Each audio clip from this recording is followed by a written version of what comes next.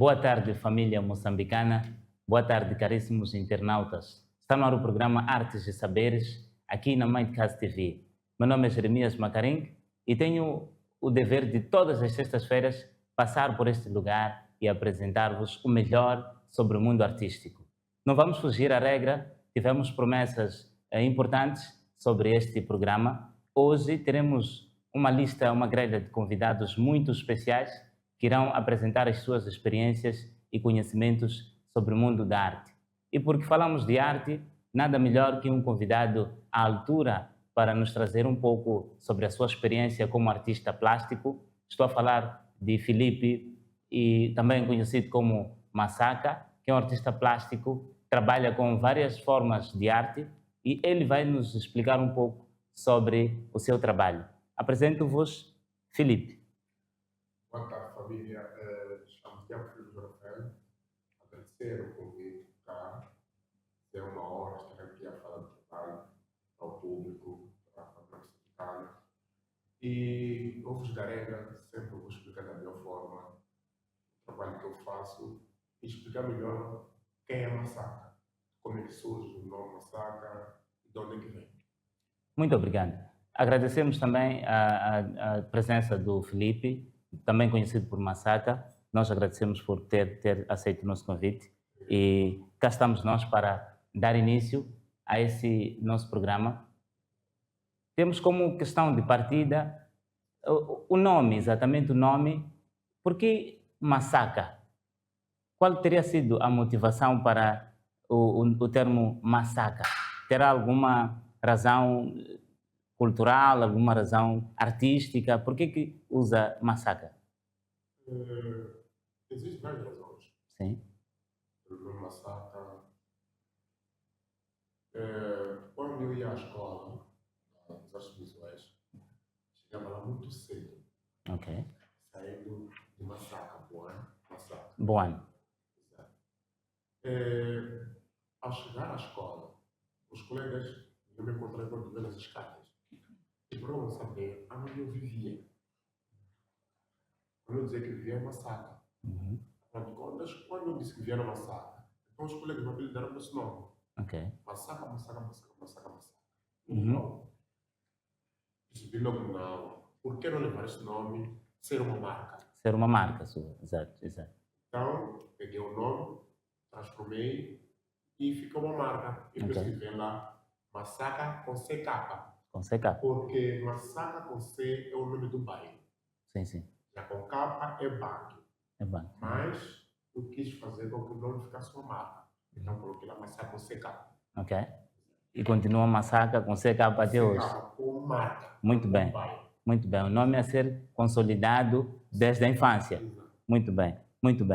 Caríssimo, pode falar-nos um pouco sobre a sua motivação em termos de inspiração para trabalhar com arte?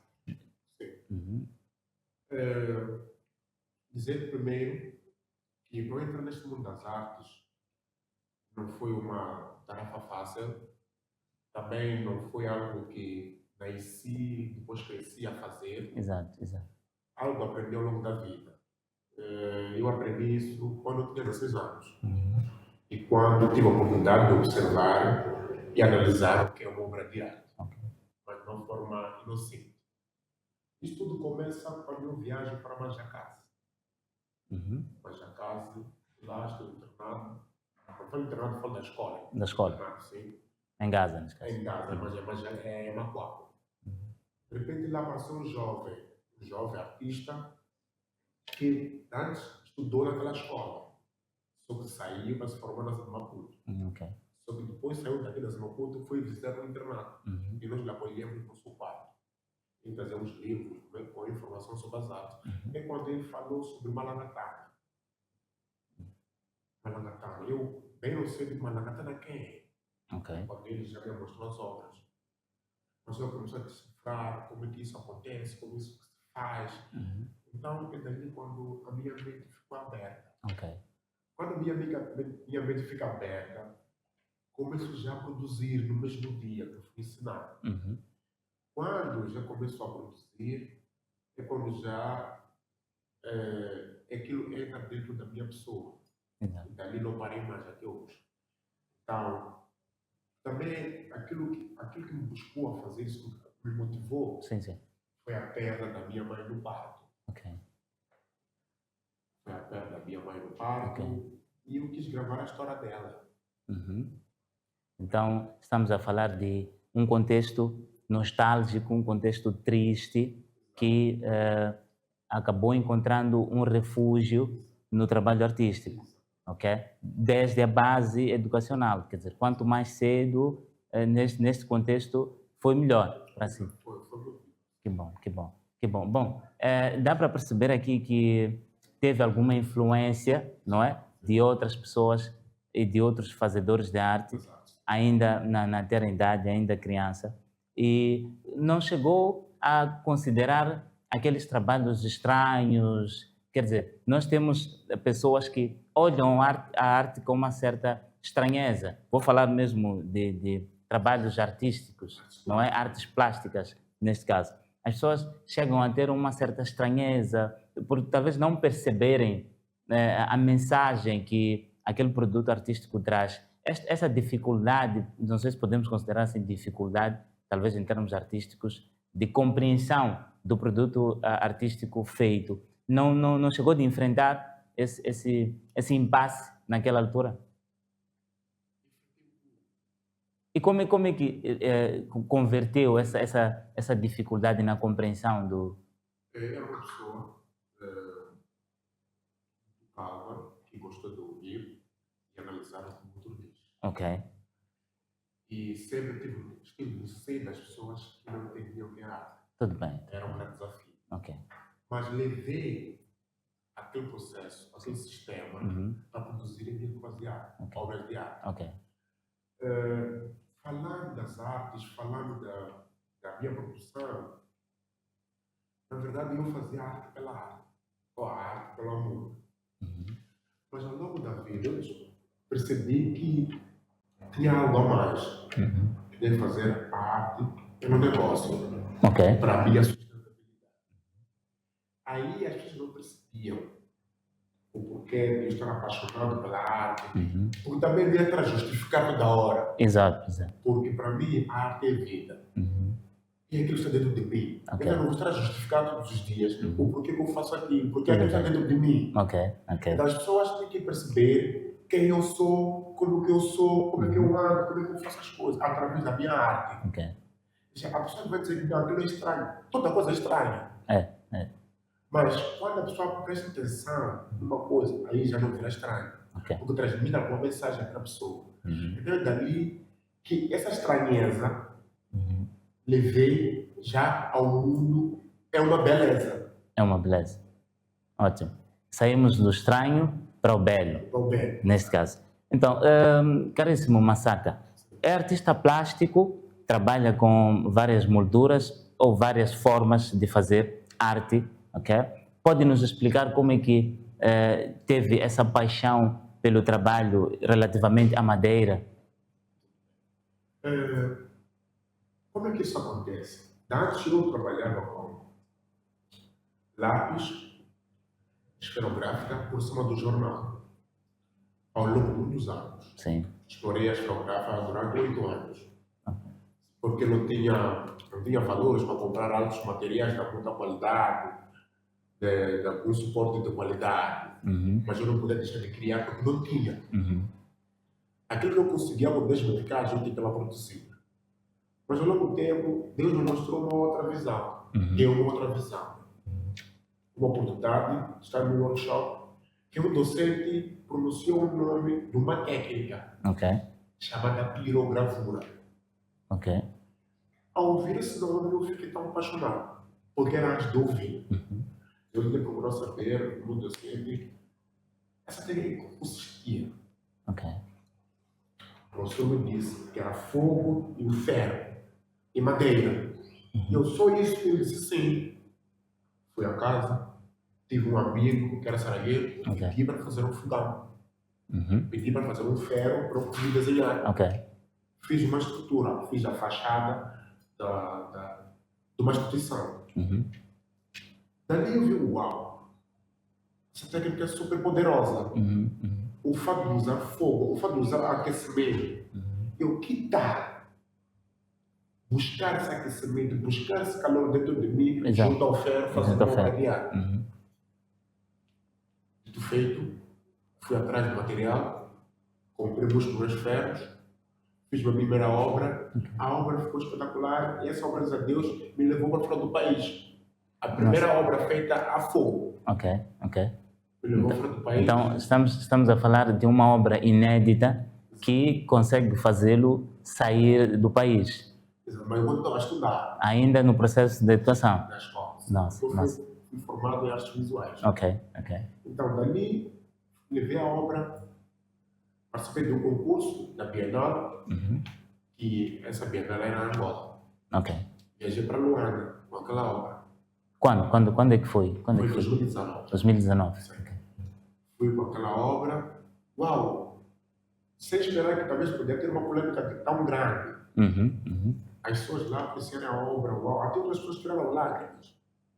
Nossa. Afinal de contas, o calor que eu trouxe dentro daquela obra, além do fogo que eu uso, o calor que se exige dentro da minha pessoa para fazer aquela obra. Ok. Então, dali, quando as coisas já começaram a ficar um pouco mais claras, Tá certo. eu comecei já a me identificar mais com a técnica. Porque também o que me motivou mais é porque os fazedores dessa arte são muito poucos. São muito poucos. Mas Nós tudo bem. chegamos 20 pessoas. Antes de entrarmos na questão dos fazedores da arte, eu acho que é um ponto que nós vamos tocar. Massaka, pode explicar-nos como é que uma obra ganha forma? Deu para perceber que durante o momento de inspiração pode comprar um fogão, um ferro, uma madeira. Esses são os instrumentos para fazer a obra. Mas como é que a obra ganha forma? Como é que vem como é que dá vida à obra? A obra, para ter a forma, primeiro tem que sair dentro de mim. Porque ela existe dentro de mim. Antes de ser um objeto, sai dentro da minha pessoa. Ok. Todas as ideias saem de mim para o material. Exato. O belo. Tem outras coisas que são inexplicáveis. Não é possível explicar. Não é possível de explicar. Ok. Só acontece. Ok. Então é um produto do momento. Não vamos dizer que é um produto do momento, porque tu podes fazer umas ideias do que queres. Ok. Mas chegando lá no terreno, a obra diz que não é isso que eu quero. Exato. Porque ao fazer, eu comunico com a minha obra. Então há um diálogo contínuo entre o sujeito e a obra. Exato. Muito bem. Porque se eu vou insistir em fazer algo que a obra não quer, praticamente os manegar na obra quer. Ok. A obra não vai ter sucesso. Não vai ter sucesso. Porque eu tenho que aceitar. Ok, eu sentei, analisei, fiz tudo. Fiz os temas, fiz como que vou fazer o desenho e tal. Mas quando chego lá, eu direi, não é a coisa que aparece. Ok. A visão já é outra. O senhor quer fazer um pé, de repente, a minha visão diz que não pode ser um pé só. Ok. Tem que colocar um olho. Colocar um olho, exato. Porque eu não procuro saber, mas porque tem que colocar um olho ali. Depois de materializar a obra e eu colocar na parede, eu sentar aqui a apreciar. Porque não é de repente eu ter a obra para o mercado. Para fora, não. Eu coloco a obra e analiso. E vejo. Uau! Ok. Ali eu coloquei um olho. Porque tem outras coisas que eu sozinho que fiz, mas não vou conseguir ver. Ok. Mas a pessoa que vai apreciar a obra, ali colocaste um pé. Mas eu estou a ver que esse pé parece que é uma casa, um carro. Ok. Então aí está aí a sensibilidade. Tudo bem. Ok. Exato. Tudo bem. Olha, caríssimo Massaka, falou um pouco sobre questões de renda. Exato. Deu para perceber que durante o processo a sua experiência como artista plástico, posicionou-se como quem quer fazer dinheiro. Exato. É possível viver, por exemplo, de pirografia aqui em Moçambique? É possível. É possível. Eu estou a viver da arte. Ok. Então, nós vamos saber como é que se vive da arte depois do intervalo. Fique desse lado. Até logo.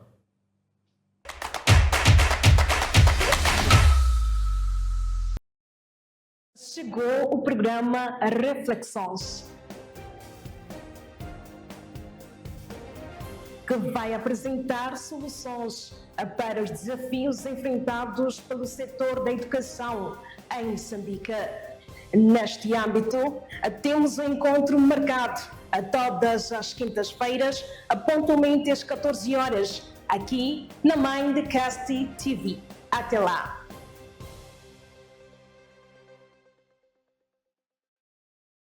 Saudações, eu sou Altafo Ibrahimo e serei a vossa companhia todas as terças-feiras, quando forem pontualmente 16 horas, no programa Diálogos Educativos, onde iremos abordar temáticas relacionadas com a educação e teremos a oportunidade de receber convidados para debates imperdíveis sobre este ramo. Perca-se, mas não perca a oportunidade de estar sempre ligado, aqui na Mindcast TV.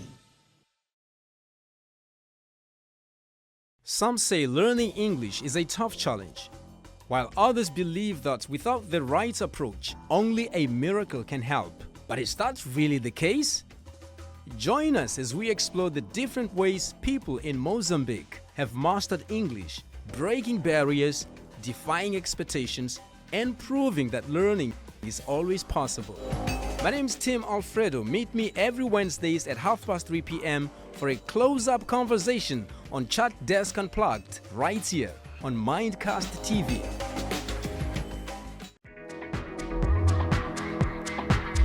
Olá, eu sou a Dulce Costa. Quero convidá-lo a embarcar comigo rumo à construção de uma visão melhorada e simplificada do mundo da educação, formação profissional e escolha de carreira.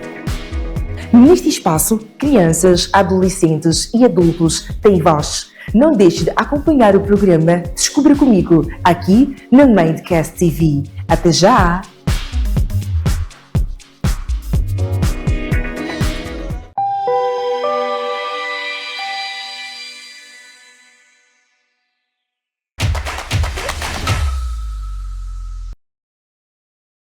Estamos de volta à segunda parte do nosso programa. Continuamos em conversa com Tiago Filipe, também conhecido por Massaka, e vamos ouvir de Tiago Filipe como é que se vive com arte em Moçambique.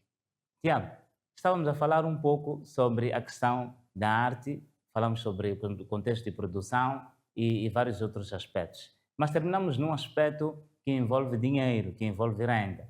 Estava mesmo para explicar como é que se pode viver da arte aqui em Moçambique. Podia explicar-nos como é que faz essa gestão? Eu vou explicar o que acontece. O seu caso particular. Ótimo. A experiência própria. Uhum. Não vou ter que falar de outras coisas que eu não sei. Tudo bem. Vou falar da minha pessoa. Como é que eu cheguei até essa fase de fazer venda? Uhum. Primeiramente eu dizia que ia fazer arte para arte. Exato. Mas ao longo da vida, tive muitas experiências, muitos workshops, Uhum. que as pessoas conversavam sobre negócio das artes. Exato. Arte como negócio. Uhum. Uhum. Mas por muito tempo eu não aceitava isso, Ok. porque achava que eu estava a fazer arte. Uhum. Uhum. Não achava que estava a fazer arte. Porque Ok. eu estava a fazer algo para vender. Para vender, exato. Exato. Mas eu vi que não era um projeto. E quando é que caiu a consciência? Quando é que a ficha caiu? Há muito tempo? Há uns 2 anos? Há uns 3, 5? Quando é que a ficha do Massaka caiu? Há 2 anos. Okay. Então, há 2 anos que Massaka começa a perceber que é possível rentabilizar a arte. É possível ter a arte como fonte de renda. Então, acho que esta experiência pode ajudar a muitos artistas de modo a terem esta base de como promover a arte, de modo a ter algum dinheiro em casa, de modo a ter uma base para poder sobreviver. Comecei a ganhar dinheiro há pouco tempo. Mas, a experiência, não vou dizer que estou há muito tempo, ainda sou novo, Uhum. mas fiquei muito tempo sem saber o que vender. Ok. Mas, por estar a participar, sorte, participei muito tempo nos workshops. Exato. Workshops, reuniões, conferências de financiamento, Ok. da área da cultura. Uhum. Participei em vários eventos das artes. Das artes. Mas lá, porque eu sempre quis ir para fazer networking. Ok. Ok. Para mim, a ideia é sempre fazer links. Então, criar uma rede como base para poder estender ou partilhar este trabalho. Essa ideia de autofinanciamento. Ok. Porque era muito difícil eu sair e pedir dinheiro para comprar material para fazer minha obra de arte. Investimento, neste caso. Então, eu vi uma oportunidade Ok. dentro das artes, dentro daquilo que a sociedade quer. Exato, exato. Como é que isso acontece? Eu vi algumas mensagens nos status. Fiz aniversário, umas dedicatórias. Eu, uau! As pessoas sabem escrever, mas não sabem que dentro de si existe um talento, existe um dom. O que eu fiz? Busquei aquelas mensagens que as pessoas fazem, transformei elas em arte. Ok. E vendi um produto para a pessoa que fez, que escreve. Ok, ok. Mas isso como acontece? Porque um dia uma colega disse assim: a vizinha, tenho um aniversário, mas eu quero dar um presente. Mas tenho umas palavras assim, fiz aniversário e tal. Tudo bem. Veio na minha cabeça, ok, tudo bem. Tem tábuas que são usadas para colocar-se comida ou cortar cebola. Que tal eu pegar aquelas tábuas e transformar em arte? A pessoa colocar na parede e decorar. Exato, exato. Mas só por pensar, eu tipo, ok, me faltava o financiamento. Para eu chegar até aqui, muitas coisas eu passei. Fui para ser um workshop do meu colega, amigo, mestre, que era de mosaico, que ele pagava-me o dinheiro. Aquele dinheiro eu guardava para comprar o material, porque eu já tinha ideia, já tinha algo já concentrado, um projeto. Levei o dinheiro, fui comprar o material, comprei um tronco, empreguei alguém, cortou minhas tábuas, fui à carpintaria, pedi para polir e peguei a mensagem, escrevi. Ok. Fui pedir um verniz porque eu tinha dinheiro, alguém me ofereceu um verniz, alguém me ofereceu um pincel. Ok. E eu pedi, aquilo ficou bonito. A pessoa me pagou 350 meticais. Uau, uma obra bonita dessa, cheguei a 350 meticais. Naquela altura, o pessoal aderia. Exato, exato. Comecei já a fazer um marketing Do produto. A Yes, pé. a pé. Ok, ok. Chegava no chapa, eu levava a minha obra, sempre andava com uma pasta cheia de madeiras. Ok. Não é pesado. Estou no chapa, estou com alguém aqui ao lado. Primeiramente, eu converso com a pessoa sem ela conversar comigo boca a boca. Certo. Converso contigo, primeiramente, te convenço dentro de ti primeiro para conversar contigo.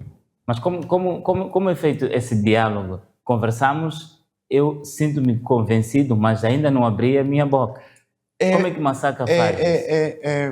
É uma forma que eu tenho que desenvolvi dentro de mim para fazer esse tipo de situações. Eu sinto aqui, estou ao lado, tento procurar saber qual é o teu sistema. Exato. Quer dizer, há um ajuste de frequência? Exatamente.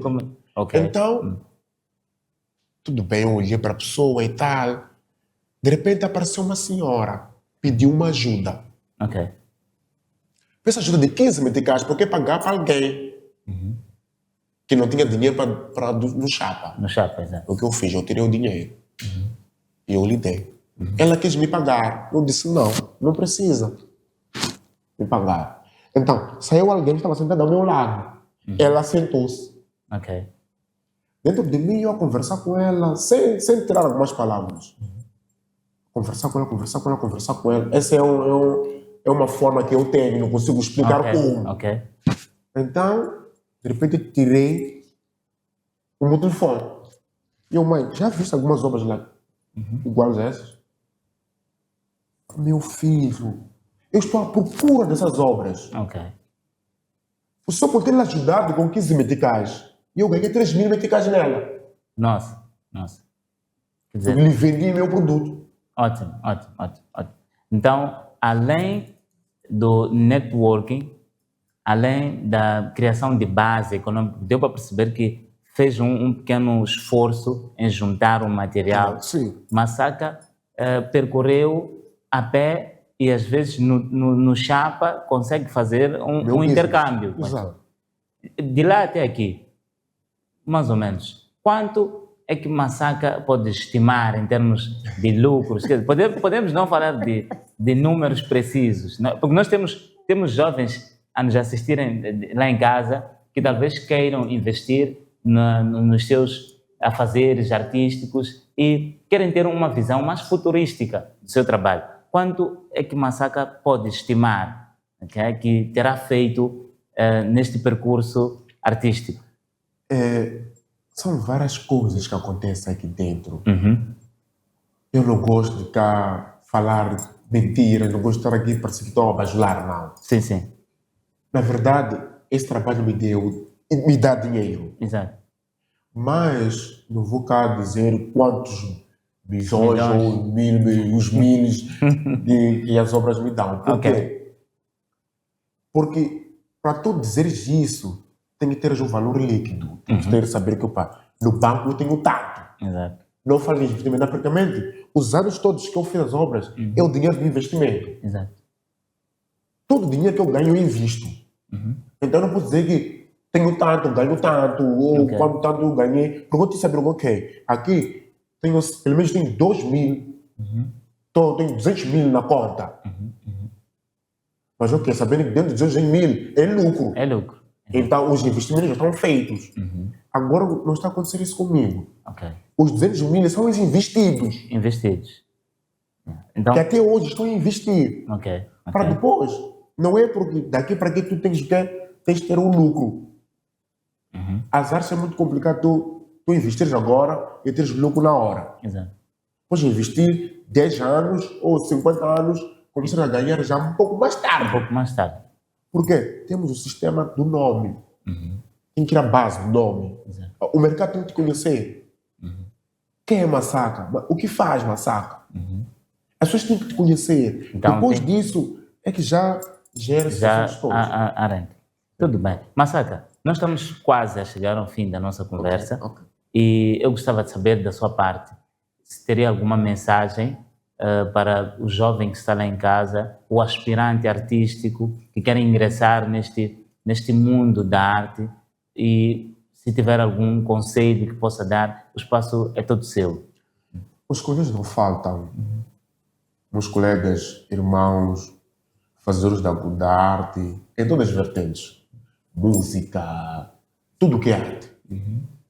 É preciso ter muita paciência, preciso ter muita força, uma força super. É preciso ter um objetivo, é preciso estar bem concentrado e ver com quem andas e apostar em não ter medo. Fale sempre do teu trabalho das pessoas. Fale sempre, leve 1 minuto a falar do teu trabalho das pessoas. E não olhe a arte como algo para gingar, para um style. Para ter status, exato. Para status, não. Porque eu vivo disso, a pessoa tem que viver disso. Então, muita força, foquem-se. Eu estou aqui hoje a falar disso porque vivo disso e eu quero que todos os artistas vivem disso e criam uma base financeira para os artistas para viverem da arte. Apesar de que as coisas são um pouco difíceis, mas é possível. É possível. É possível, tudo é difícil. Mesmo para nascer não é fácil. Não é fácil, exato. Mas é possível fazer com que as coisas aconteçam. Tudo bem. Pode aproveitar também, deixar o teu contato para as pessoas lá em casa e um número que talvez possam ligar para solicitar os teus trabalhos.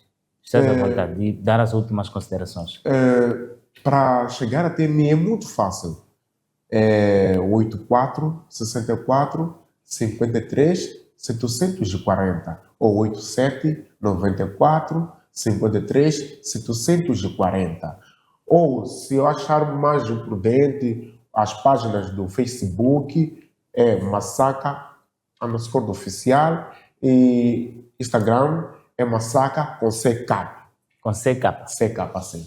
Muito bem. Muito obrigado, Felipe. Muito obrigado, Massacah, por ter estado aqui conosco. É um momento muito especial onde nós podemos ter um trabalho excelente sobre a madeira, um trabalho que mostra, que traz o profundo do artista Massacah, um trabalho que lhe levou até além fronteiras, como ele sugeriu no nosso programa. Fique ligado, voltamos já.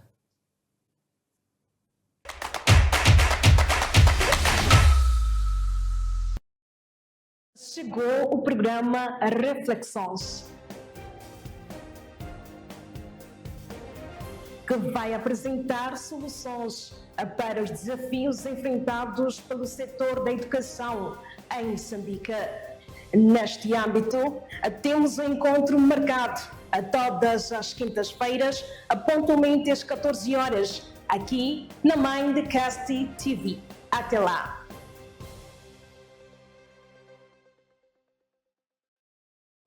Saudações, eu sou Altaf Ibrahimo e serei a vossa companhia todas as terças-feiras, quando forem pontualmente 16 horas, no programa Diálogos Educativos, onde iremos abordar temáticas relacionadas com a educação e teremos a oportunidade de receber convidados para debates imperdíveis sobre este ramo. Perca-se, mas não perca a oportunidade de estar sempre ligado, aqui na Mindcast TV. Some say learning English is a tough challenge, while others believe that without the right approach, only a miracle can help. But is that really the case? Join us as we explore the different ways people in Mozambique have mastered English, breaking barriers, defying expectations, and proving that learning is always possible. My name is Tim Alfredo. Meet me every Wednesdays at 3:30 p.m. for a close-up conversation on Chat Desk Unplugged, right here on Mindcast TV.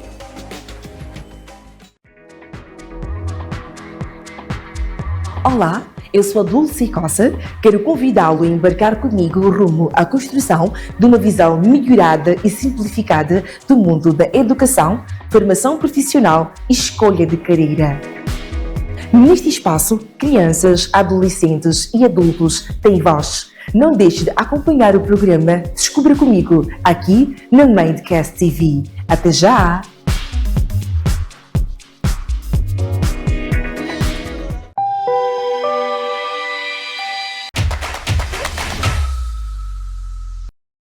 Estamos de volta à segunda parte do nosso programa. Voltamos para dar continuidade com as novidades que nós trazemos para si do outro lado da tela. Meu nome é Jeremias Macarim. Hoje traremos uma lista de convidados especiais. Temos cá conosco Constantino Feliz. Constantino Luiz, muito obrigado. Constantino Luiz Fernando. Ele que é um escritor, professor, lançou recentemente uma obra intitulada Fado por Sangue. Traremos aqui uma análise sobre este grande trabalho, por sinal uma novela. Luiz, é verdade. Posso tratar assim por Luiz? É verdade. Ou prefere Constantino? Está tudo bem. Está tudo bem? Não tem problema. Muito obrigado por ter aceito o nosso convite. O espaço é todo teu. Pode saudar os internautas do outro lado. Muito obrigado, caríssimo Jeremias. É uma honra estar neste lugar. Permita-me saudar os telespectadores da Mindcast TV. Dizer que estamos aqui para falar desta obra que vem mesmo para trazer aquilo que é a realidade da nossa sociedade, mergulharmos um pouco na literatura, e vai ser sempre uma honra estar aqui. Muito obrigado. Muito obrigado, muito obrigado. Nós aqui agradecemos por ter uma figura de renome no mundo da escrita, e nós vamos apreciar esse trabalho muito bonito, por sinal. Constantino, pode falar-nos um pouco sobre questões de publicação? Como foi publicar este trabalho na semana passada? Qual foi a experiência em termos de publicação? Depois vamos conversar um pouco mais sobre o contexto de produção. Mas podemos primeiro começar pela publicação da obra. Como é que foi publicar a obra? Quais foram os desafios que teve para poder ter este trabalho em formato impresso? Por sinal, um livro muito bonito, a propósito. Muito obrigado. Então, pode contar-nos como é que foi este processo? Pois bem, no final de tudo temos aqui o resultado. Quer dizer que foi possível e deu certo. Não obstante os desafios que por acaso enfrentei para poder publicar, digamos, não é fácil publicar um livro. São tantos que precisam ou procuram publicar um livro, mas acabam tendo obstáculos que não conseguem ultrapassar para poder publicar um livro. Mas vou dizer que consegui. A semana passada, na terça-feira, isso é Marraquém. Okay. Fui acolhido pelo governo do distrito de Marraquém. Tive algum apoio, alguns que conseguiram dar uma doação para que este projeto fosse possível. E pelo que sou mesmo grato por todos que estiveram lá, os participantes, intervenientes, e também não se esquecendo também da própria apresentadora da obra, que foi a professora doutora Angelina Comem, que esteve lá a apresentar a obra, e a intervenção também do governo do distrito de Marraquém para a figura do administrador, figura do diretor distrital de Educação, Juventude e Tecnologia, que estiveram lá com as suas comitivas, e também para a família, não é? Alguns membros da família que lá estiveram, alguns amigos, alguns colegas também, e correu tudo bem. Não é? Um conjunto de figuras a abraçarem o projeto Exatamente. Fado por Sangue. Fado por Sangue. Constantino, pode falar-nos ou tentar explicar-nos a motivação por detrás deste produto literário? O que terá o motivado a escrever ou a produzir Fado por Sangue? Bom, são várias razões que fizeram-me produzir esta obra. Em destaque está mesmo a questão de querer expor aquilo que são as realidades que estão lá mesmo nas zonas mais recônditas, aquelas zonas que talvez ninguém que viva na cidade imagine que existem. Então, tentar expor, não é? Vamos falar um pouco, quando falamos, por exemplo, do primeiro capítulo do livro, que procura expor algumas dificuldades que certas pessoas ultrapassam na vida, que até chegam talvez a serem interditas de continuar com seus estudos, isso para poder satisfazer aquilo que são as necessidades das pessoas com quem vive. Então temos também temos esse lado, mas também temos o outro lado, que está na verdade lá mesmo no que chamo de clímax do livro, que é a questão de as pessoas vivermos numa sociedade em que as pessoas se acusam disto, mas aquilo, para justificar aquilo que são os seus insucessos, aquilo, quando não conseguimos alcançar uma ou outra coisa, sempre procuramos alguma coisa ou alguém palpável para que possa ser responsável daquilo que são os nossos fracassos. Então, são essas motivações que talvez posso aqui destacar, e também procurar expor um pouco aquilo que é o lado que as pessoas não querem ver nas pessoas. Temos aquelas pessoas que nós procuramos exaltar, e no final, quando exaltamos essas pessoas, esquecemos que essas pessoas são também humanas e são suscetíveis, são propensas a erros, que nós talvez não queremos encarar esses erros. Então, esses lados que nós não queremos encarar, temos a questão também daqueles que eu chamo de reputados, aquelas pessoas que nós, que nós dissemos que essas pessoas não são pessoas que podem errar. Então, temos dois tipos de pessoas. Aquelas pessoas que nós achamos que são responsáveis pelos nossos erros, aquelas pessoas que nós achamos que são do mal, que talvez nós não procuramos ver o outro lado dessas pessoas, que talvez nem sejam do mal, é mera nossa consciência ou aquilo que nos guia para concluirmos que seja isso. Muito bem. Então, há uma tentativa aqui de dar voz a um certo tipo de personagens. Exatamente isso. E por falar de personagens, o que motivou Constantino a criar a personagem Saulina? Será que teria uma inspiração sobre uma pessoa real? É uma inspiração meramente fictícia ou tem uma base real? Bom, quanto a essa pergunta, sempre tenho dado a mesma resposta, que eu queria tanto que fosse muito fictício, não é? No entanto, acaba sendo mesmo uma história real que aconteceu lá para o ano 2015. Eu acompanhei naquele tempo, eu ainda era um pouco, digamos, adolescente, não é? E quando eu acompanhei, eu não tinha capacidade, eu não tinha ideia de que um dia eu podia escrever um livro. Só que depois de eu acompanhar um cenário de alguém perder a vida e depois ali haver algum imbróglio, depois de alguém perder a vida, porque queriam perceber quem talvez pudesse ser responsável da morte daquela pessoa, mesmo sabendo que talvez aquela pessoa morreu por doença, mas mesmo assim, nas culturas, lá nas nossas culturas, que talvez nós não fazemos ideia, tem disso, tem havido disso, e eu procurei entender, mas por quê? Por que as pessoas podiam ter esse tipo de atitudes? E, na verdade, fui acompanhando ao longo desse período todo, e por causa dos locais onde eu passei a minha vida, eu fui aprendendo muito com diversas culturas, fui me integrando. Eu sou aquela pessoa que gosto muito de procurar entender. Quando chego lá, procuro saber, mas isso aqui é o quê? Como é que é isto? e no final de tudo acabo mergulhando naquilo que é a cultura e acabo associando isso à minha observação, não é? Observo isto, mas aquilo, e acabo percebendo que as coisas aqui são assim, mas há sempre um denominador comum, então eu procuro sempre seguir aquela linhagem, e é exatamente por causa disso que, não é, chegamos a este livro.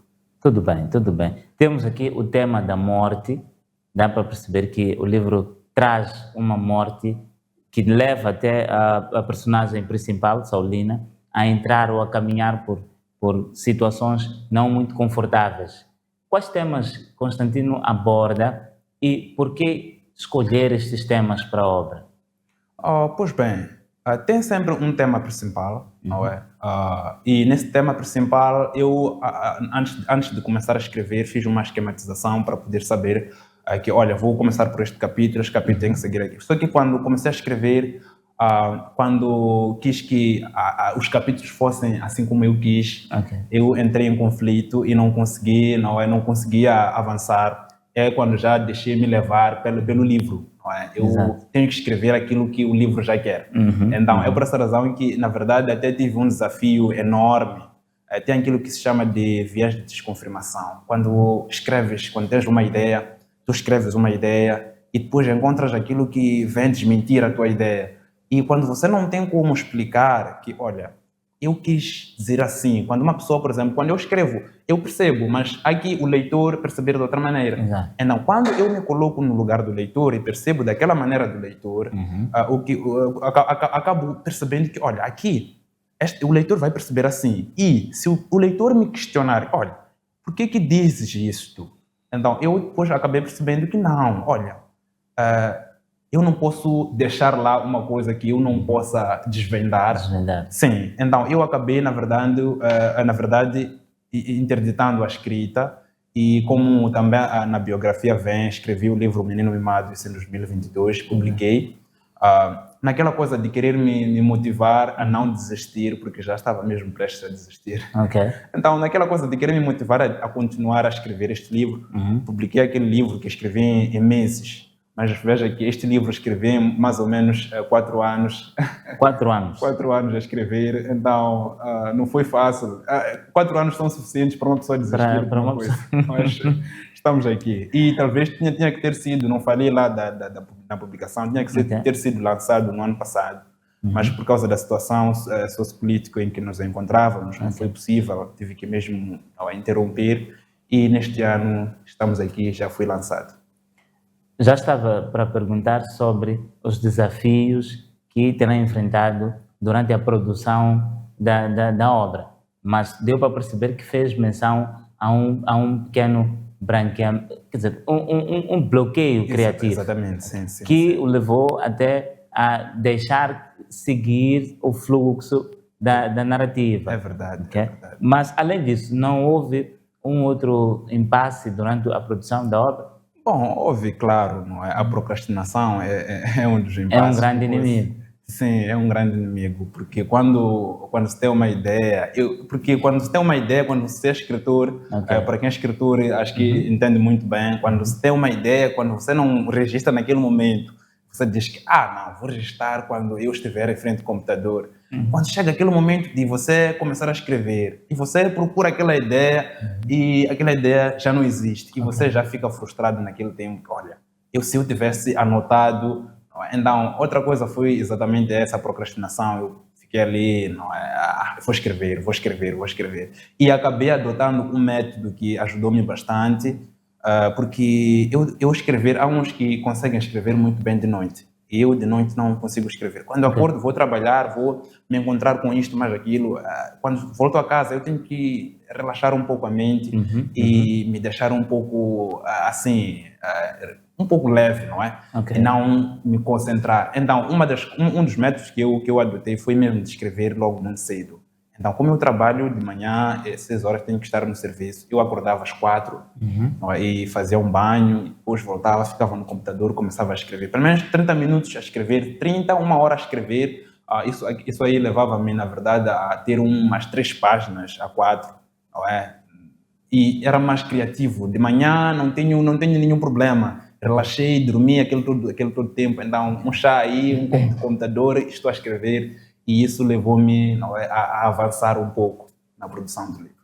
Muito obrigado, muito bem. Dá para perceber que lutou, enfrentou muito bem a procrastinação. É verdade. Dá para perceber também que levou um certo tempo, não é? Um tempo Sim. Considerável, tempo sim, é de uma licenciatura para produzir esta obra tão magnífica que nós temos. Sim. Constantino, qual é o conselho que dá para os novos escritores? O que é que pode sugerir para o jovem que está do outro lado, sem uma obra publicada?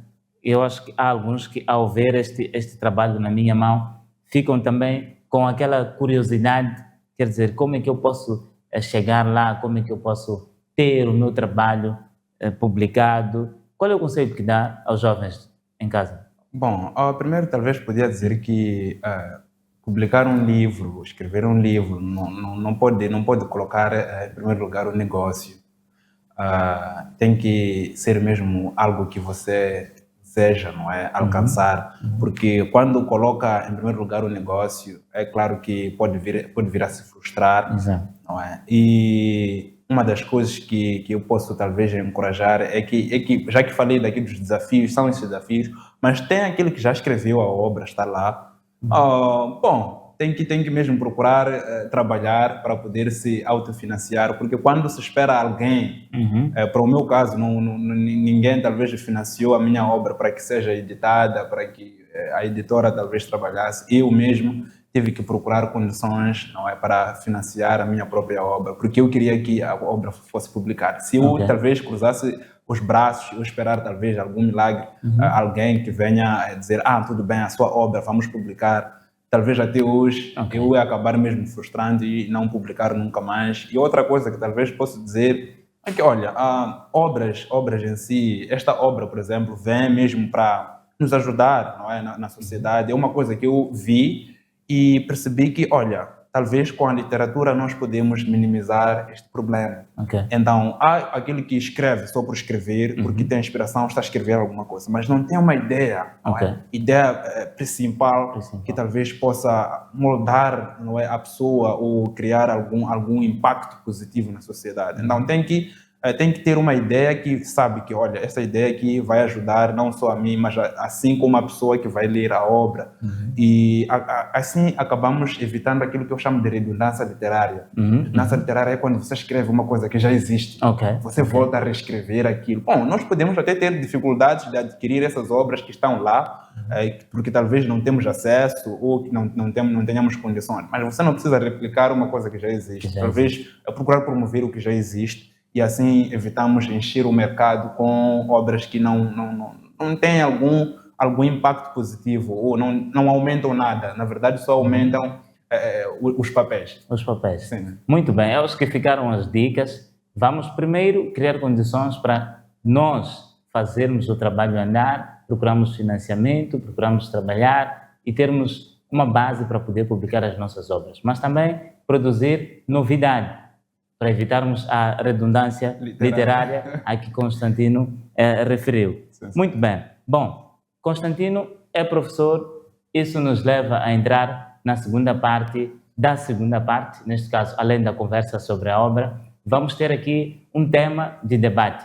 Além de convidado para apresentar o seu trabalho literário, é também painelista. É um tema que suscita algum debate em vários fóruns da literatura, mas principalmente olhando para a educação, nós gostávamos de analisar a questão da interseção entre literatura e a aprendizagem.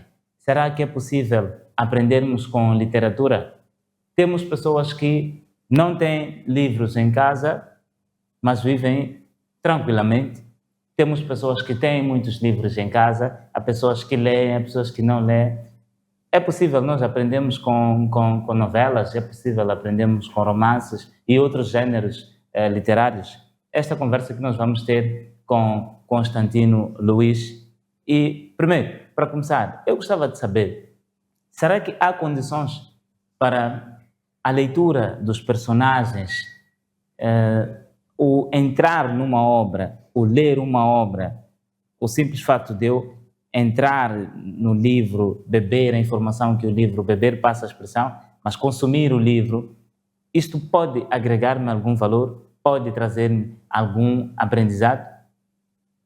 Constantino. Muito bem, uma boa pergunta. Bom, o fim último da literatura é mesmo transmitir algum aprendizado ao leitor.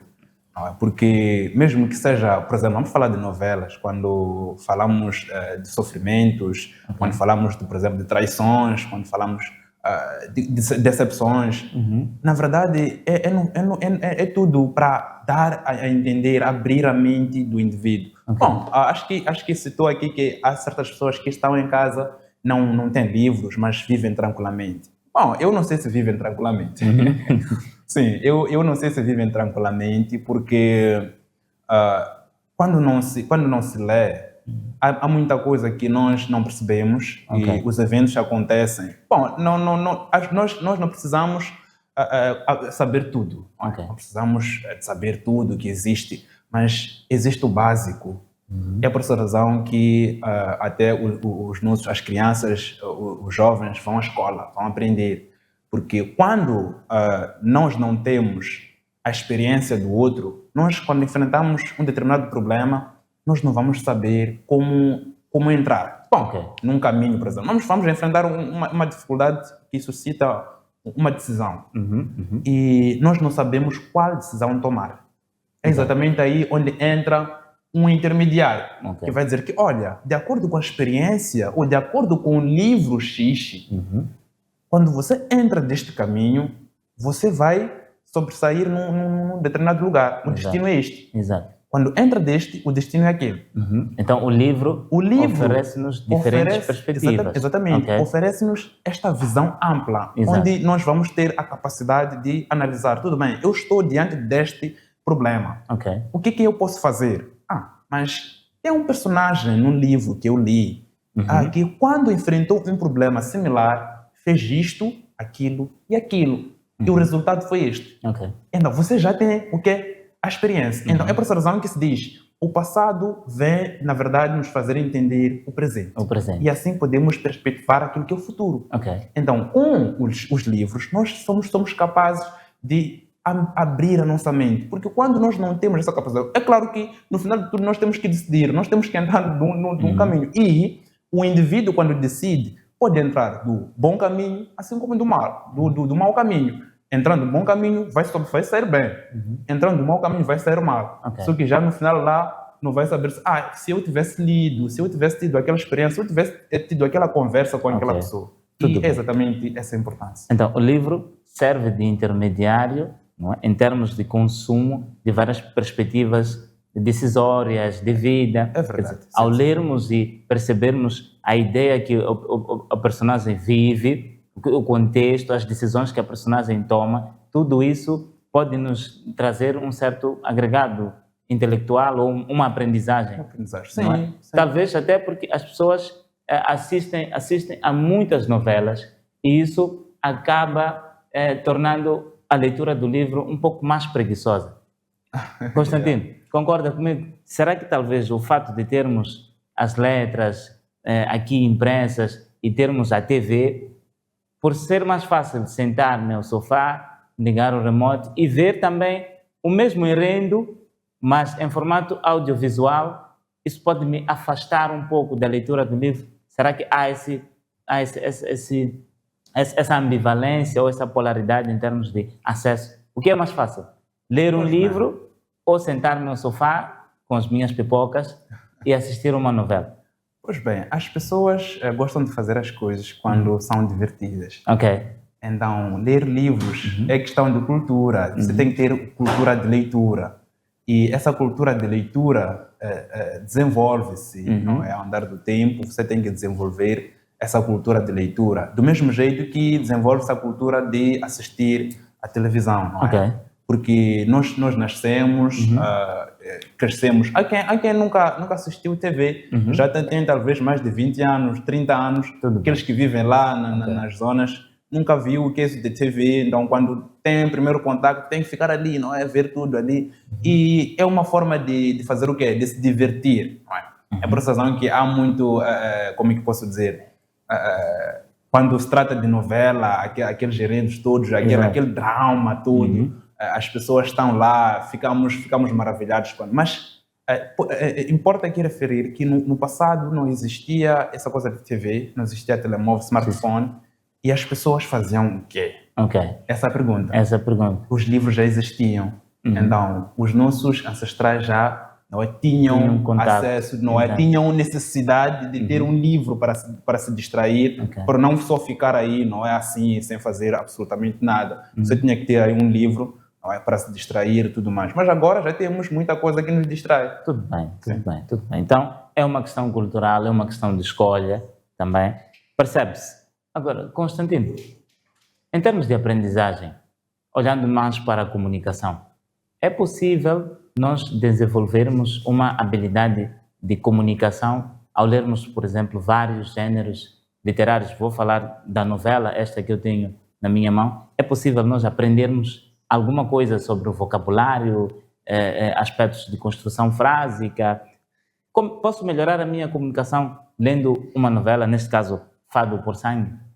Pois bem, isso acho que é mais que óbvio, que nós desenvolvemos esta capacidade de vocabulário, de sabermos nos expressar. Porque em língua existe aquilo que se chama competências linguísticas, competências comunicativas. Então, competências linguísticas é quando nós, às vezes, conhecemos as palavras e, no entanto, não sabemos quando usá-las.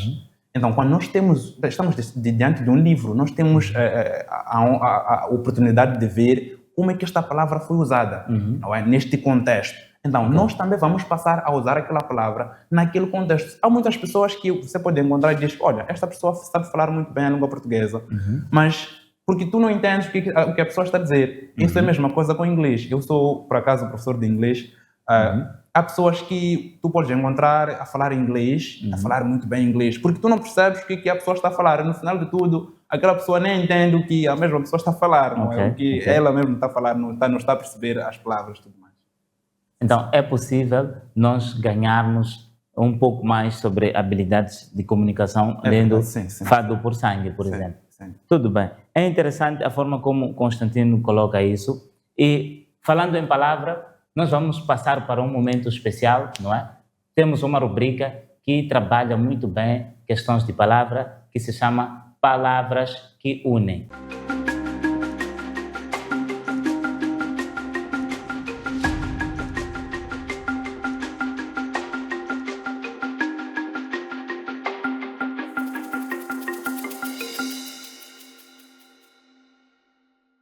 E tem um espaço para apresentar-nos a palavra. Muito bem. A palavra que eu trago para a rubrica Palavras que Unem é a palavra tocosa. Que por acaso tocosa, sim. Tocosa. Vamos ficar com tocosa. E, Constantino, o que é que te motiva a trazer-nos esta palavra, tocosa? Pois bem, digamos, foi mesmo para criar aquela percepção, o enredo em si, que em que esta palavra se encontra. É um enredo que não ficava bem escrever uma outra palavra que não seja essa. Exato. Então, eu não podia, talvez, colocar lá uma imagem para dar a entender que, olha, aqui trata-se disto. Tinha que usar, estamos a falar de palavras, estamos a falar da literatura, então tinha que usar o poder das palavras para poder retratar, não é, aquele momento ou aquela situação em que a personagem se encontrava, não é, o momento, o lugar em si, não é, porque quando se trata desse tipo de coisa, tradição, tudo conta, tudo conta, desde a própria ornamentação do local, até mesmo a linguagem que é usada, tudo conta para que a pessoa se sinta um pouco num local que não seja habitual, não é? Sinta que aqui não estou no mesmo local, um local incomum. Pode dizer-nos a origem da palavra tocosa? A origem da palavra tocosa, a palavra tocosa vem de Zulu. Zulu? Sim, Zulu. É uma língua sul-africana? Uma língua sul-africana. No entanto, a palavra é usada em Moçambique e é uma palavra, digamos, que vem, não é? Não sei como é que chega a Moçambique, mas acho que vem mesmo através dessa espiritualidade toda, não é? Dessa nossa tradição. E a palavra significa... Bom, tem muitos significados. mas para o contexto em que é usado no livro, significa os meus ancestrais saúdam os seus ancestrais. Os meus ancestrais saúdam Os seus ancestrais. os seus ancestrais. Mas também é usado, aqui é usado em dois contextos. Ok? Este contexto, mas o outro contexto que é obrigado. E em Obrigado. Moçambique é mais usado no contexto de obrigado. Ok, no contexto de obrigado. Sim, sim. Então nós usamos a palavra tocosa no segundo significado. neste caso. Bom, é mais, pode ser usado em outros contextos, Ok. mas o que se retrata é aquele ambiente em que a palavra é usada. Uhum. As pessoas também que usam a palavra. Ok, Sim, ok. sim. Bom, eu tenho a máxima certeza de que o nosso ouvinte, o nosso telespectador, também deve estar curioso em termos do contexto em que a palavra tocosa se encontra nesta obra. E nós vamos passar, talvez, a lermos o contexto em que o termo tocosa se encontra, onde a palavra foi usada. É uma palavra sul-africana que quer dizer saúdo os meus ancestrais. Os meus saúdam ancestrais. Os seus ancestrais. ok? E obrigado também. E obrigado. Sim, sim. Ok. Muito bem. Então, Constantino, pode manipular para nós? Pode, pelo menos, ajudar-nos a ler? Ok.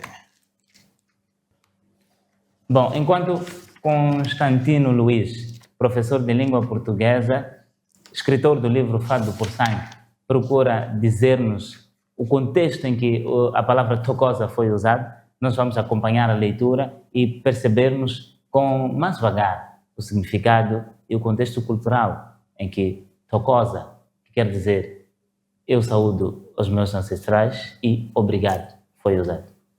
Muito bem, vou aqui proceder com a leitura. Vou logo começar daqui, não vou... talvez eu comece logo do parágrafo aqui. Ok. A noite foi longa e cheia de tensão, e ao amanhecer, Esther, com a mente tomada pela necessidade de mudar a sua situação, decidiu buscar ajuda externa. Ela visitou Mutembisi, um curandeiro local. Bom dia, Sr. Mutembisi. Esther cumprimentou, cheia de esperanças e angústias. Tocosa, mulher, respondeu o curandeiro, percebendo a tristeza nos olhos de Esther. Vejo que você está envolta em uma nuvem de problemas. Alguém não quer que você seja feliz. Tocosa. Esther respondeu, ansiosa por respostas.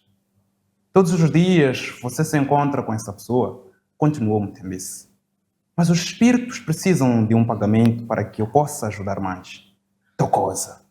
Respondeu Esther, frustrada, mas determinada a encontrar uma solução. Nossa. Muito obrigado pela leitura. Espero que tenham acompanhado também, do outro lado de casa, a leitura desse excerto apenas de uma das partes do livro, uma novela de título Fado por Sangue. Constantino, nós temos o uso de tocosa feito num contexto em que uma personagem vai ter com uma pessoa na sociedade que não é qualquer.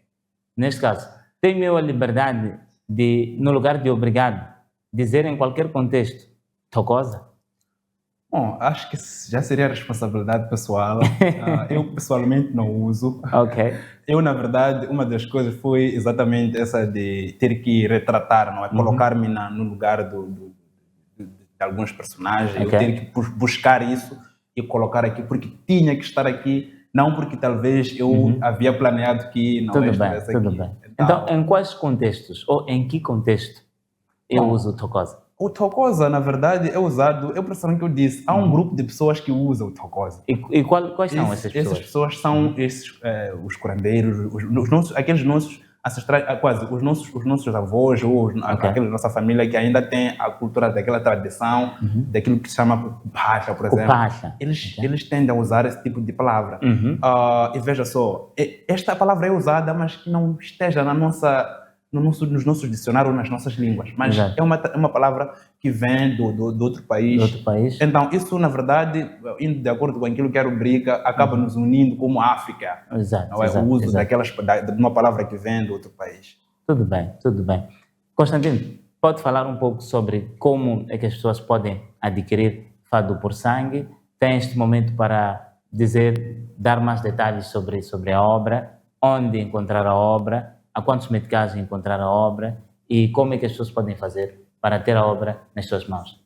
Pois bem, o livro está disponível nas livrarias da cidade. Estou a falar da Livraria Conhecimento, Livraria Etal Publishing, a Livraria Mabuco também, está lá o livro. E também na Beira está disponível na Funza Livreiros. E pode também adquirir através também do número da editora, que é 87 53 85 905. Ou também pode acessar a página da editora, que é Massinhana Edições, ou o meu perfil pessoal do Facebook, que é Constantino Luiz. Tudo bem. Podem contactar Constantino Luiz Fernando através dos números que ele cá deixou ficar, mas também há uma curiosidade que fica em termos de avanço. Como é que tem sido agora, depois da obra ter sido publicada, há avanço, há requisições? Quantas obras talvez tenha vendido, a não ser que talvez não possa partilhar isso no momento, mas quero crer que seja uma dúvida do pessoal lá em casa. Bom, eu acho que a questão das obras vendidas não pode ser a maior preocupação. Okay. Talvez as obras que estão disponíveis, não é um estoque assim, que talvez se a pessoa esperar muito... Era mais por aí, talvez o jovem lá em casa quisesse saber, mas olha, ele diz que há muita venda, as obras vão acabar, era mais para saber como é que, estão a ser as vendas. O importante é que, bom, ainda temos um pouco de obras. Okay. Um pouco. Sim, então melhor correr para adquirir Fado por 100. Então pode adquirir, talvez nesses primeiros meses. Okay.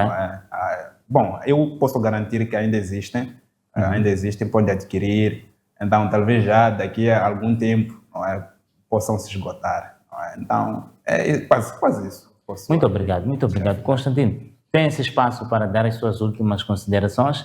Hoje, além de convidado para apresentar a sua obra, foi painelista, deu-nos muito bem uma opinião sobre a interseção entre a literatura e a aprendizagem. Além disso, pode nos explicar também o sentido, o significado da obra Tocosa e em que contexto cultural nós usamos esta palavra, que por sinal vem da vizinha África do Sul. Constantino.